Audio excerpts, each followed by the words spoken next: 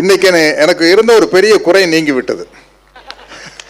என்னன்னா, தம்பிக்கிட்ட ஏதாச்சும் ஒன்று வாங்கணும்னு பிளான் பண்ணிட்டு இருந்தேன். பெரியார் படத்தில் நடிச்சதுக்கு நான் சம்பளம் வேண்டான்னு சொல்லிட்டேன்.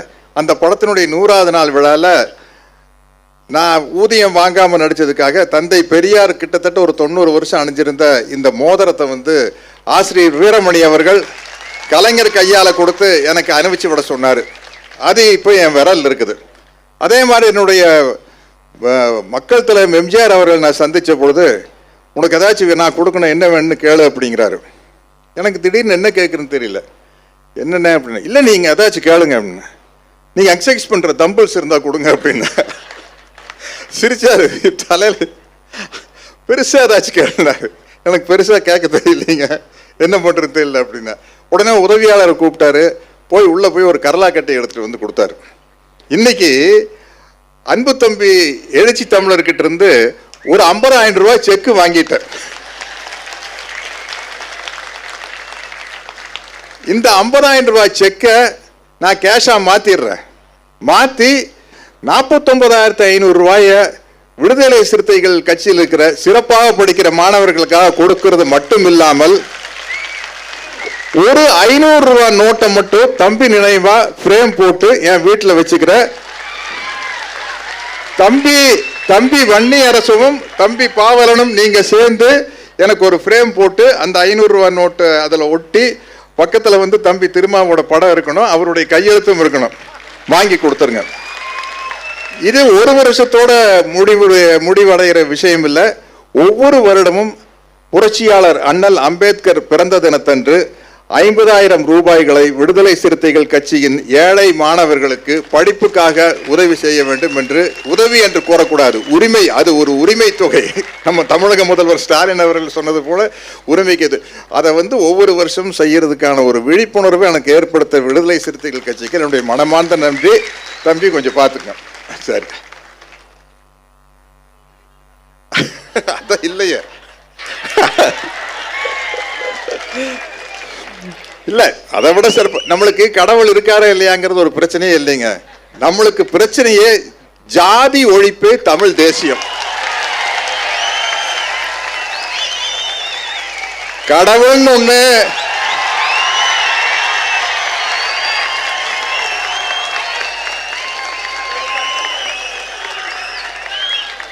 ஜாதியை வச்சுட்டு தமிழ் தேசியம் எப்படி சாத்தியமாகும்?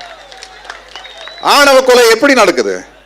ஜப்பான்ல இருந்து வந்த வெட்டுறான், ஜப்பான்காரன் வெட்டுறானா, சைனாக்காரன் வெட்டுறானா? ஒரு தமிழன் தான் இன்னொரு தமிழனை வெட்டுறான். அப்ப ஜாதி ஒழியாம எப்படி தமிழ் தேசியம் மலரும்? அதனால ஜாதி ஒழிப்பே தமிழ் தேசியம், அதுதான் முக்கியமான கொள்கை. அதை வச்சுக்கிட்டு ஜாதியை வச்சுட்டு அடங்கு அப்படின்னா அடங்க மறுப்போம், அத்துமீறுவோம்.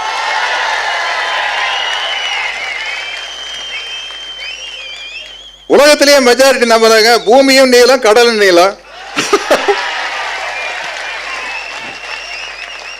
வானமும் நீளம் கடலும் நீளம். தப்பா சொல்லிட்டேன். இந்த நீளத்தை அரவணைச்சு போகாம இருக்க முடியாதா? யாரா இருந்தாலும் இனிமே நீளத்தை அரவணைச்சு தான் போகணும். அதனால்தான் இப்ப எங்க பார்த்தாலும் அம்பேத்கர் அம்பேத்கர் அம்பேத்கர் எல்லாரும் தோல் மேல கை போட வேண்டிய நிலைமை வந்துருச்சு. ஆனா எதுக்காக தோல் மேல கை போடுறான்னு நம்ம கேர்ஃபுல்லா இருக்கணும். வாத்தியார் பாட்டு ஒன்று, எம்ஜிஆர் பாட்டு, போயும் போயும் மனிதனுக்கு, அதுல கைகளை தோளில் போடுகிறான் அதை கருணை என்று அவன் கூறுகிறான், பைகளில் எதையோ தேடுகிறான் கையில் பட்டதை எடுத்து ஓடுகிறான், பாயும் புலியின் கொடுமையை இறைவன் பார்வையில் வைத்தானே, இந்த பாழும் பாசிச குணங்களை மனிதன் போர்வையில் மறைத்தானே. இதுதான் உண்மையான விஷயம். இன்னைக்கு இந்த தம்பியினுடைய பெருமை 1990 விசிகா மதுரையில் ஆரம்பிச்சப்போ தந்தை பெரியார் படத்தை போட்டு பெரியாரிஸ்டுகளையும் அம்பேத்கரிஸ்டுகளையும் ஒன்றிணைத்தது தம்பிதான். ஏன்னா இனிமே அந்த பிரிவினை நமக்குள்ள இருக்கவே கூடாதுங்க, இருக்கவே கூடாது. மார்க்ஸ் மகாராஷ்டிராவில் பிறந்திருந்தா அண்ணல் அம்பேத்கரா இருந்திருப்பாரு. அம்பேத்கர் ஈரோட்டில் பிறந்திருந்தா தந்தை பெரியாரா இருந்திருப்பார். பெரியார் ஜெர்மன்ல பிறந்திருந்தா மார்க்ஸா இருந்திருப்பார்.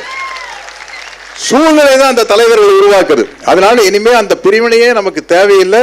இன்னைக்கு ரொம்ப பெருமைப்படுற விஷயம், நான் சரியா பேசின இல்லையா தெரியல, லண்டன்ல புரட்சியாளர் அம்பேத்கர் படிச்சாரு. அநேகமா கேம்பிரிட்ஜ் பல்கலைக்கழகத்தில் தான் படிச்சிருப்பாருன்னு நினைக்கிறேன். அந்த கேம்பிரிட்ஜ் பல்கலைக்கழகத்தில் அம்பேத்கர் அவர்கள் படித்த பல்கலைக்கழகத்திலிருந்து எலூசிவ் டெமோக்ரசி அப்படின்னு அன்பு தம்பி திருமாவை பற்றி ஒரு புத்தகம் வெளியிட்டு இருக்காங்க. அப்போ இவரை ஏன் நம்ம வாழும் அம்பேத்கர்னு சொல்லக்கூடாது?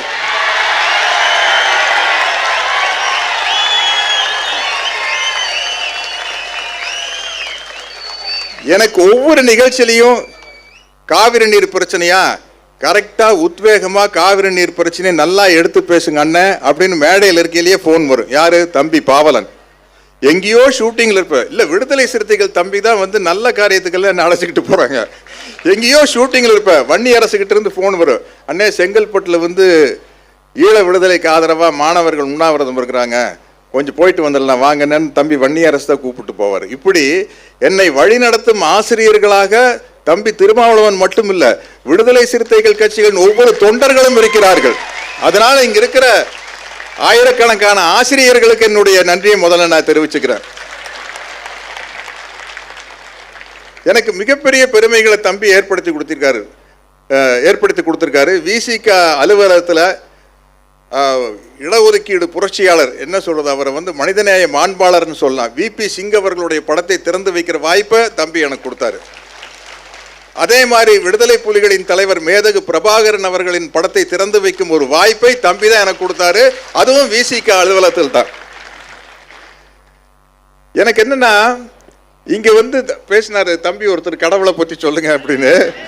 அழகான ஒரு பஞ்சு தண்ணி போடுறீங்க பாத்தீங்களா, அதுதானுங்க நாத்திகம். மேட்டர் ஓவர் சாப்டர் ஓவரா? அது மாதிரி தந்தை பெரியார் மாதிரி போட்டு வாங்குற ஆளு யாருமே இருக்க முடியாதுங்க. அவரே ஏதோ ஒரு கார் போயிட்டு இருந்தப்ப ரிப்பேர் ஆயிருச்சு. அங்க ஐயா பார்த்தா தெரியுமில்ல, தாடி எல்லாம் வச்சுட்டு இருந்தாரு. ஒரு தம்பி ஐயா நீங்க பெண் விடுதலைக்காக, சமூக நீதிக்காக, ஜாதி ஒழிப்புக்காக எல்லாம் போராடுறீங்க, ரொம்ப மகிழ்ச்சிங்க ஐயா. இருந்தாலும் நாங்க நம்புற கடவுளை போய் நீங்க கல்லுன்னு சொல்றீங்களே, அதுதானங்க மனசுக்கு ரொம்ப கஷ்டமா இருக்குது அப்படின்னா. அப்படிங்களா? இப்போ எங்கெங்க தம்பி போயிட்டு இருக்கிறீங்க? அவர் கோயம்புத்தூர் பஸ் தான் பேசுவார், கொங்கு தமிழ். எங்கே போயிட்டு இருக்கிறீங்க? ஐயா நான் அந்த கோயிலுக்கு தான் போயிட்டு இருக்கிறேன். சரி நானும் கூட வரேன் வாங்க அப்படின்னு போயிருக்கார். போய் உள்ள மணி அடிச்சுட்டு எல்லாம் இந்த பிரசாதம் எல்லாம் கொண்டு வந்திருக்காங்க. வந்தோடனே ஐயா அந்த பூசாரிட்டு கேட்குறாரு, ஏனுங்க பூசாரி உள்ள இருக்குதுங்களா சிலை, அது என்னங்க வெங்கலங்களா இல்லை பித்தளைங்களா? அப்படி ஆனால் அது கல்லுங்க அப்படின்னு இருக்காரு. பாருங்க, அவரே கல்லுன்னு சொல்லிட்டாரு, நீங்க என்ன போய் திட்டுறீங்களே. அவரை பொறுத்த வரைக்கும், ஐயாவை பொறுத்த வரைக்கும் இருக்கா இல்லையாங்கிறது பிரச்சனையே இல்லைங்க. ஜாதி ஒழியணும், ஜாதி ஒழியணும், அதுதான் அவருக்கு முக்கியம். அதற்கு தடையா இருக்கும் கடவுள் என்ற கற்பனை கருத்தியலை மறுக்கிறார். ஏன்னா அது ஒரு ஆளா இருந்தா ஓப்பனா தெரிய எதிர்த்து போராடலாம். அது ஒரு உருவகப்படுத்தப்பட்ட ஒரு மாயையான கற்பனை, அவ்வளவுதான். அதனால இங்க அதை முதல்ல எடுத்தோம்னா தான் முடியும். இப்போ அதை வச்சுத்தானே எல்லா வித்தையும் காட்டிக்கிட்டு இருக்கிறாங்க. ஆனா அந்த வித்தையை தமிழ்நாட்டுக்குள்ள காட்ட முடியாது. நாங்கள் எல்லாம் பண்ணுவோம், கோயிலுக்கு போவோம், பிரசாதம் வாங்கி சாப்பிடுவோம். எனக்கு அவ்வளவு டேஸ்டாக இருக்கு. உடுமலைப்பேட்டையில எங்கள் மச்சான் தான் அங்கே எல்லாம் கோயில் தர்மகர்த்தா வேணுமோ. அங்கே இந்த பொங்கல் கங்கல் வடகடையெல்லாம் சூப்பராக இருக்கும். எல்லாம் வாங்கி சாப்பிட்டு வெளியே சாதி மறுப்பே தமிழ் தேசியம் பேசிட்டு வந்துடும். அதனால தயவு செய்து நீங்க எங்களை ஏமாத்துறதா நினைச்சிட்டு எங்ககிட்ட நீங்க ஏமாந்துடாதீங்க. அதுதான் பிரச்சனை. உங்களை பார்த்தா பாவமா இருக்குது. நீங்க என்ன நினைச்சிட்டு இருப்பீங்க, ஆஹா நம்ம ஒரு முருகனுக்காக ஏதோ ஒரு விழா நடத்தி இவங்களை எல்லாம் ஏமாத்திட்டோம். ஐயா சாமி, எனக்கு கடவுள் நம்பிக்கை இல்லை. அப்படியே இருந்தாலும் கூட பார்த்தாலும் கூட முருகர் எங்காளு, அவர் அப்படியே சைலண்டா நின்று உனக்கு ஆப்பு வச்சிருவாரு. நீ அவர் பேர்ல எங்களுக்கு ஆப்பு வைக்கிறான்னு பாக்குற, அவர் உனக்கு ஆப்பு வச்சிருவாரு. அதனால இந்த தமிழ்நாடு இன்னைக்கு ஒரு இந்த அளவுக்கு முன்னிலையில் இருக்கிறது என்றால் அதற்கு தந்தை பெரியாருடைய சிந்தனைகளும் அம்பேத்கருடைய சிந்தனைகளும். பெரியார் அவர்கள் ரஷ்யா போயிட்டு வந்து சொன்னார், பொருளாதாரத்தை பொறுத்த வரைக்குங்க என்னோட பாலிசி வந்து கம்யூனிஸ்ட் தானுங்க பேசினார். இந்த படத்திலே நானே பேசி நடிச்சுக்கிறேன். பொருளாதாரத்தை பொறுத்த வரைக்குங்க என்னோட பாலிசி கம்யூனிஸ்ட் தானுங்க. ஆனால் முதல்ல ஏழை பணக்கார வித்தியாசம் ஒழியணுமா இல்லை சாதி ஒழியணுமான்னு கேட்டால் நான் முதல்ல சாதி தான் ஒழியணும்னு சொல்லணுங்க.